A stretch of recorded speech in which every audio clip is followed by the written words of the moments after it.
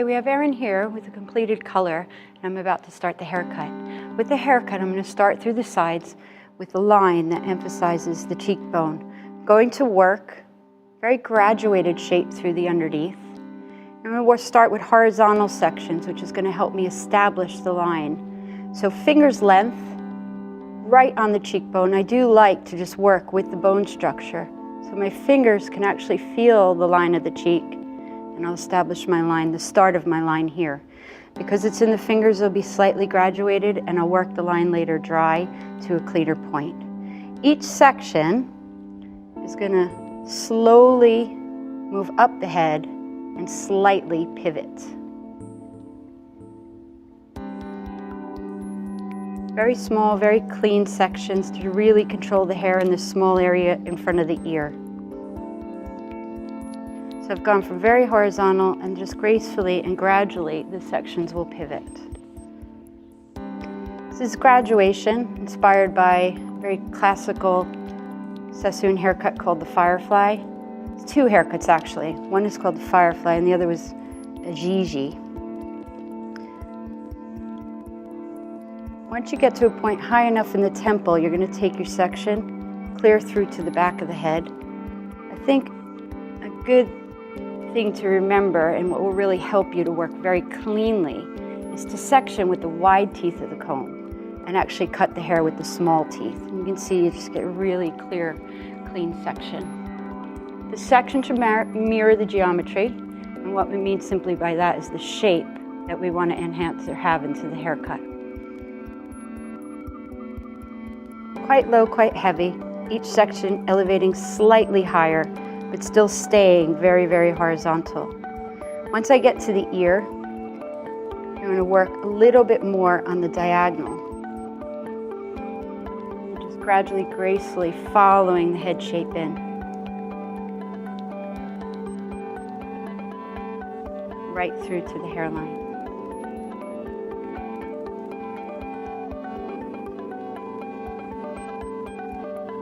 This area will all be barbered later, so taking it in a comfortable way, tight to the finger's length. And not so much tension that you wind up later with a dry, really irregular shape, because then that's more work that you have with your scissor over comb. So heavier graduation through the front. I'm going to work through a few more sections so you can see the weight line. And at this stage of the game, what I'll do is only work with the previous and the new section. Get all the hair clean out of the way. Section through here. This will allow me to start elevating a little bit more.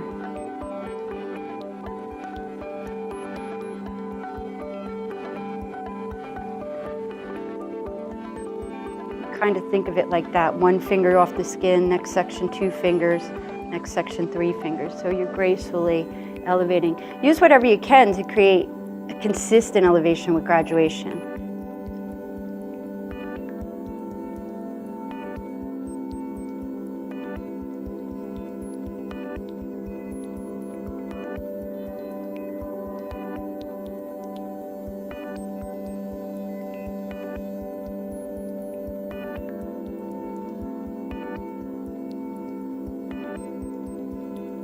First section was close on the skin. Second section, I'm now on my third section. You can see just it gradually elevating.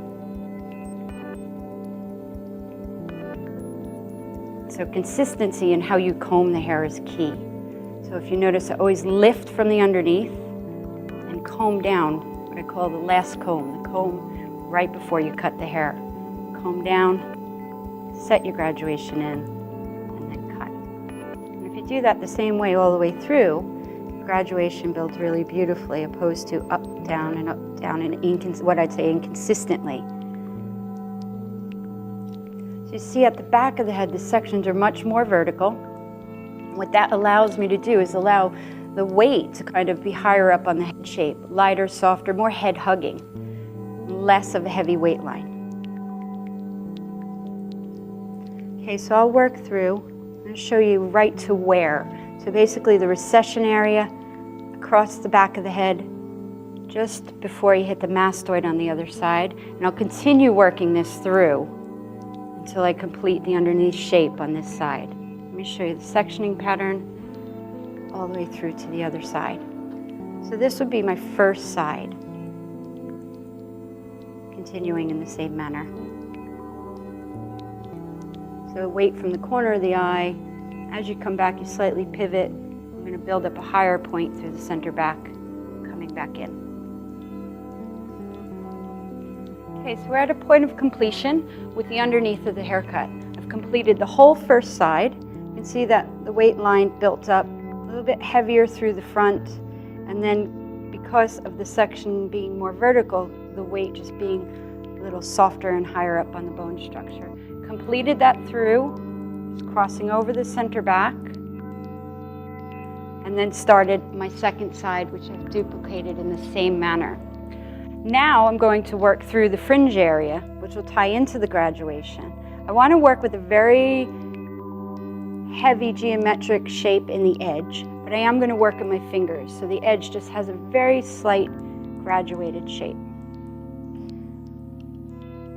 So diagonal across the head, which actually runs parallel to the hairline. I'm going to work through incorporating some of the graduation, starting here, just rounding off the little corner that I built up, so truly round in this temple area. So finger angle parallel to section, coming down slightly longer towards the nose, not much, just enough in a very rounded manner, not really in a heavy point. We work through the same sections.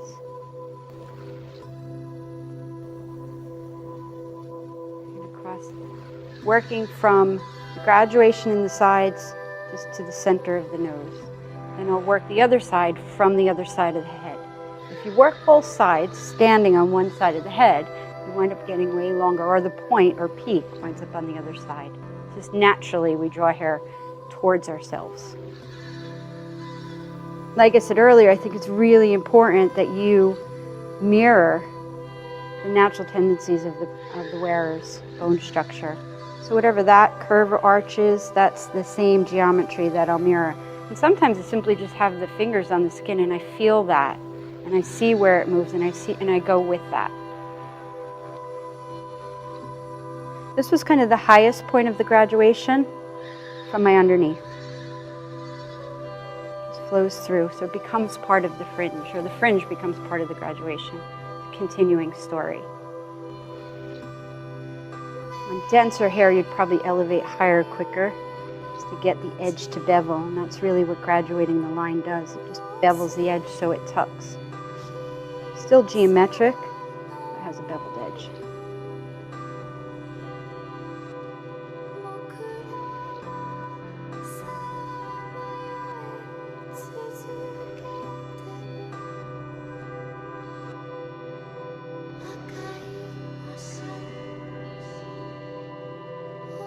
I'll have to tie this into the back crown as well, but I'll do that after the hair is dry. So really focusing from the ear to the center of the nose, flat off the head. And what I'll do now is go and do the same on the other side. So same sectioning pattern, parallel to the hairline. And using the graduation as a guide, which I've checked my balance. Probably the hardest thing to do, actually, we could talk about here, is when you're working a shape from the front back. And again, this is something that students that I have regularly say to me, how do you get that symmetry and that balance throughout? And I think the best advice for something like this is to continual elevation, so you have to continuously check both sides at the same point all the way through. General rule of thumb for me and my advice would be every 4 sections, check your balance. If it's right, continue through. If it starts going off, it's a simple adjustment of elevation opposed to having to recut a whole nother side. And those kinds of things, if you have the time, it's fine to do. But in the salon situation, we don't necessarily have the time to recut a whole second side. We have to be efficient. So you actually take more time when the hair is wet to assess your balance and your symmetry, which means less time fixing things later. So again, diagonal across, using underneath graduation as my guide, and working through.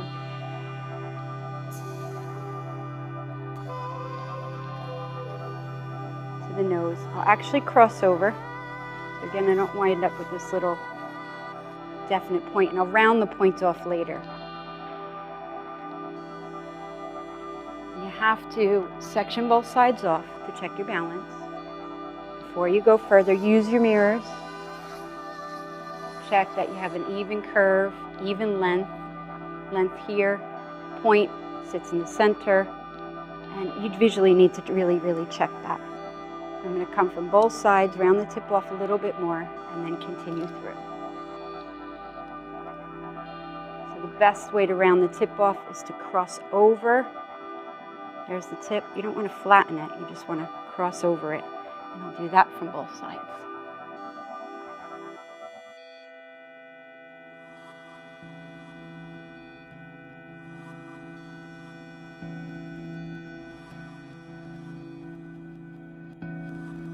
Be really cautious where you know to look to see where that hair is going to fall. Because dragging it forward, it's actually going to fall to the side. So you have to walk around with this shape. It is a rounded shape.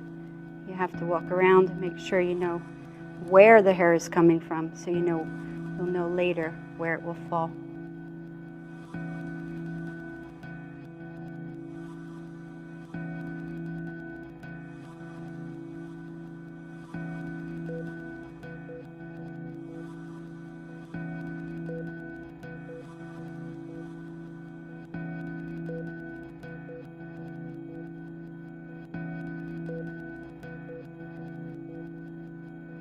Okay, so I think I'm at a stage now to blow dry the hair.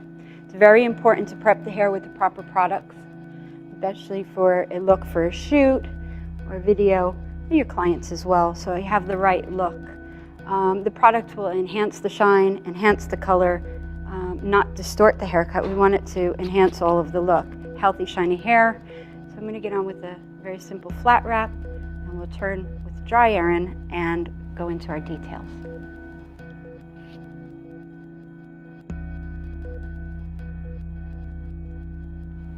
So I've completed the blow dry on Erin's hair, working through one of my favorite products, particularly for bleached hair, is Velvet Amplifier on the hair wet, and then working through with the thermal protection of the Sebastian Trilliant. I think those two combinations on bleached hair, and you just get that really beautiful shine on the hair, and it keeps the hair malleable so you can continue to work with it.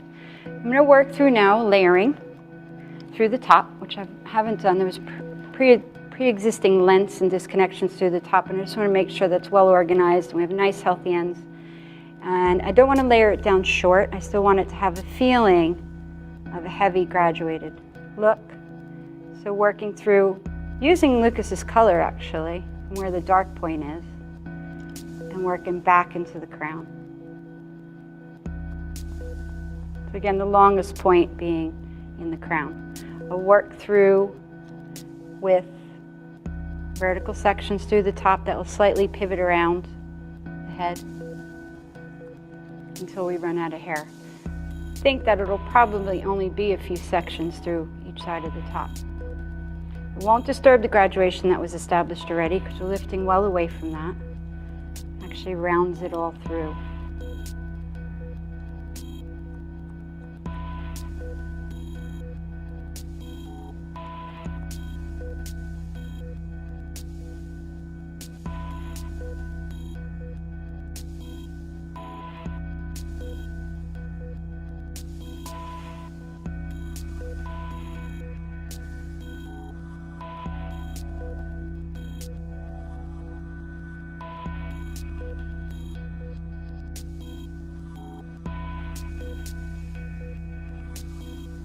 Dragging the hair slightly forward to maintain that length in the crown.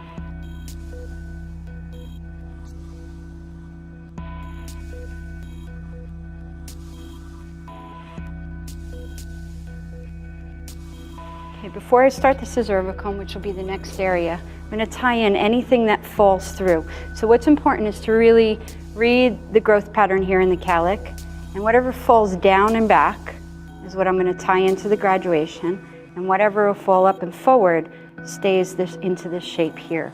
So if it does fall back, it could be slightly disconnected, but most of the time it'll sit into the heavier shape here. So just picking up where I left off with my graduation, vertical diagonal sections through the back. Again, just being aware of the growth patterns of the hair, only working with the hair that wants to fall down and back naturally.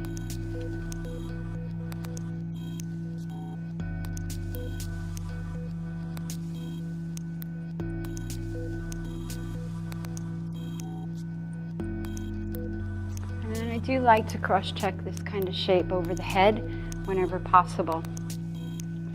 And I've done that already, and you work through like so. Just checking that you have no peak or point in the middle. Be lightly dusting through the hair. You work that in columns in a sense, behind the ear, center back, behind the ear. Okay, so what I'll do now is I'm going to work scissor over comb and really get a tailored edge to the back of the look. I'm going to use a wide tooth comb, working with the graduated shape that I've already established in the haircut. And just work right from the nape up. And barbering is so important. I think you can learn so many things in barbering. It really teaches you the understanding of bone structure and how to work with hairlines and how to cut hair to the right length for the texture. That's barbering, whether it's in your fingers and or scissor over comb or clipper work. So with barbering, a lot of people, I don't know if you realize, but you do have a guide. So the first length that I chose from the middle is then becomes the guide for the next panel. And I almost think of it as the strips and panels, but visually I look across the hair for evenness, horizontally.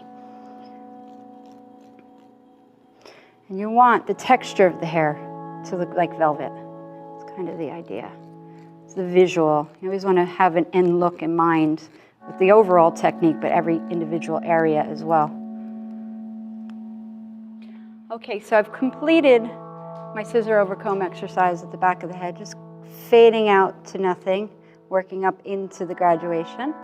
And now what I want to do is work into the side areas. I'm going to work a little line onto the ball of the cheek. I like to work this with lots of tension.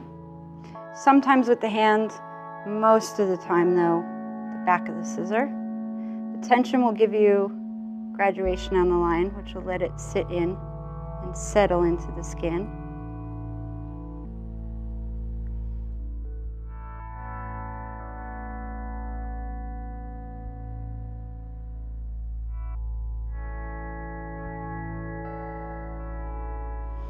And then what I'll do is just graduate back in the fingers to check this area, make sure there's no excessive length or weight right in the front area. This area you always want to keep really opened. And just whenever you change the length of your outline, you then want to go in and just check back into the interior shape.